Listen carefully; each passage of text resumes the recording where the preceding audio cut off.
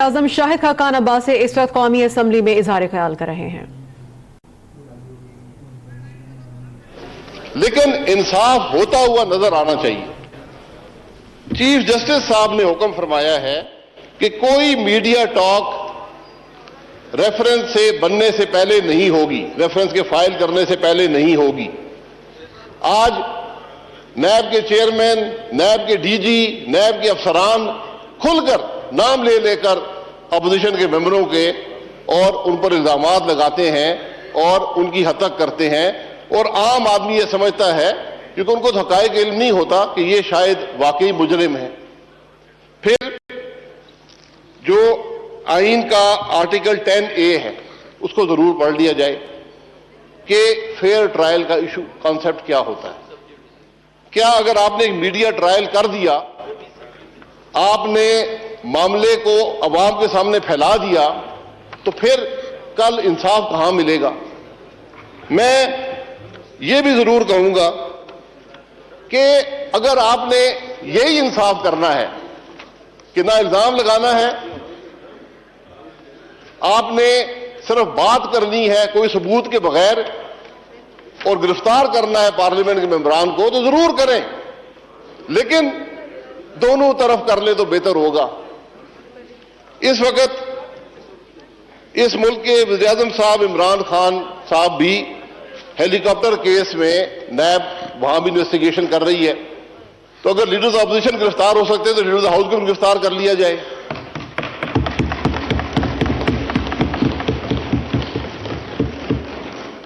EOBI के case में अलीम खान साहब जो सीनियर वजीर हैं पंजाब के, 207 अरब का केस है, ऑफशोर कंपनियां भी हैं, उनको भी गिरफ्तार कर लिया जाए। मोहतरमा अलीमा साहिबा को सुप्रीम कोर्ट ने हुक्म फरमाया, उनको भी गिरफ्तार कर लें। मालम जबा में हमारे मोहतरम डिफेंस मिनिस्टर साहब हैं,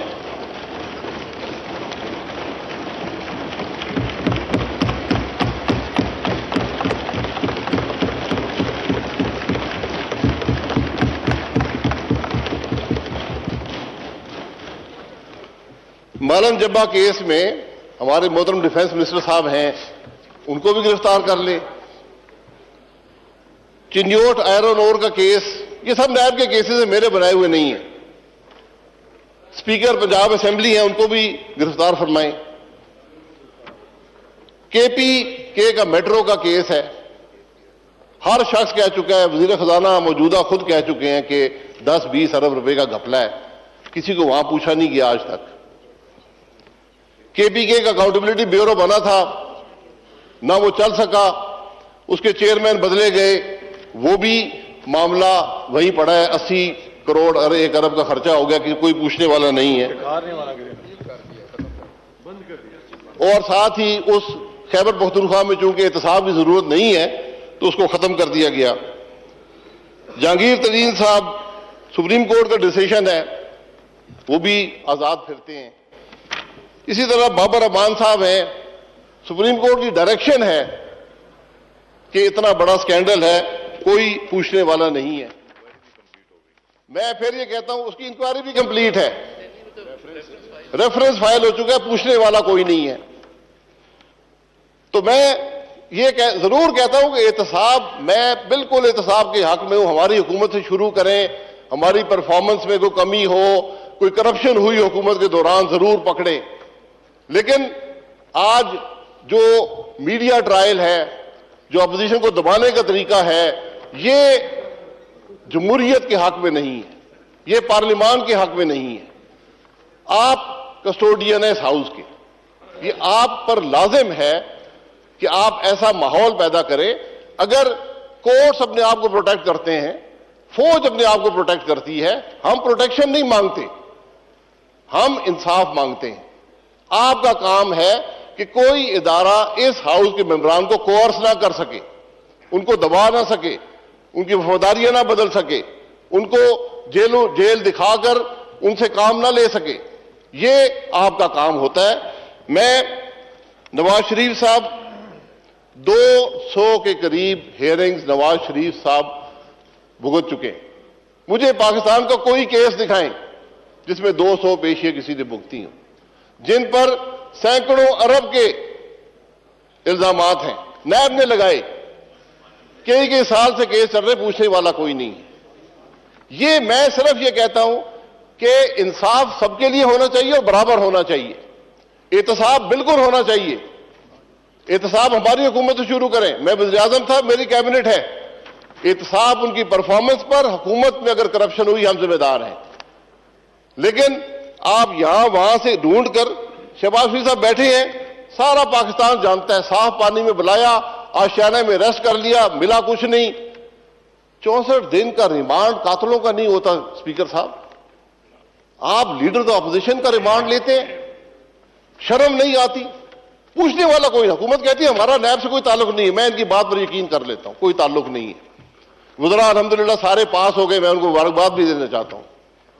कोई फेल नहीं हुआ। 3 महीने का इम्तिहान था, अल्हम्दुलिल्लाह सारे पास हैं। मुल्क परेशान है, मुल्क ने फेल कर दिया है।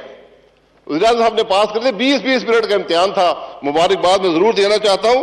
लेकिन आप अगर नैब आपकी नहीं सुनती, नैब किसकी सुनती है?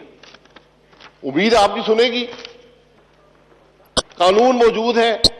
मैं फिर यह कहूंगा कि अगर आपने नैब को इस्तेमाल करना है अपोजिशन को दबाने के लिए तो आप कामयाब हैं, लेकिन जमहूरियत नाकाम है, पार्लियामान की सॉवरेनिटी खत्म हो चुकी है, आपकी बात की कोई इज्जत नहीं है और ना ही इस मेंबर, यहां इस हाउस के मेंबर की कोई इज्जत है। कतई हम एहतसाब से नहीं घबराते, ना भागने वाले हैं। लेकिन इस किस्म के मामलात जो हैं, हमजा शहबाज शरीफ लीडर ऑफ अपोजिशन है पंजाब असेंबली में, ईसीएल में नाम नहीं है, लेकिन एफआई के एक अफसर रोक लेता है कि आप नहीं जा सकते।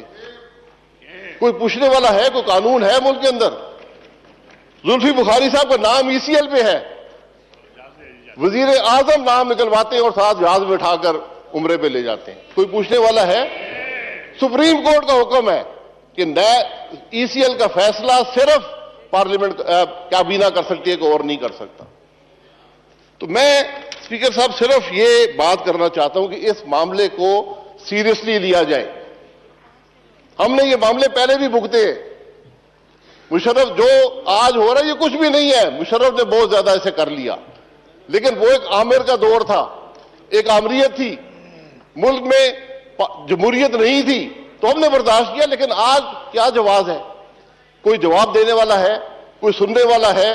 ये आप पर लाजिम है कि इस हाउस की सॉवरेनिटी को प्रोटेक्ट करें, इस हाउस के मेंबरों को प्रोटेक्ट करें, एहतसाब से नहीं, इंतकाम से, कोर्शन से, दबाने से, वफादारियां बदलने से, चुप बैठने से ये मामलात नहीं चलेंगे। मैं बार बार कहता हूं, हमने ये सारे मामलात कई दफा देख लिए, नहीं चलते, नुकसान मुल्क का होता है। मैं आपसे फिर गुजारिश करूंगा, साद रफीक साहब के प्रोडक्शन ऑर्डर जारी करें ताकि वो खुद आकर यहां बयान कर सके कि क्या उन पे इल्जामात हैं। आज की कार्रवाई में हमने ऐलान भी उनका करना था, कार्रवाई खत्म नहीं हुई है, वो हमने करना है। इसको ना लें, ये मामूली बात नहीं है, चंद और लोग भी बात करेंगे ताकि हकायक पाकिस्तान के अवाम के सामने आ सके। तो मैं आप इजाजत दें, राणा सनाउल्लाह साहब भी बात करेंगे, मैं ऐलान कर लूं, उसके बाद फिर मैं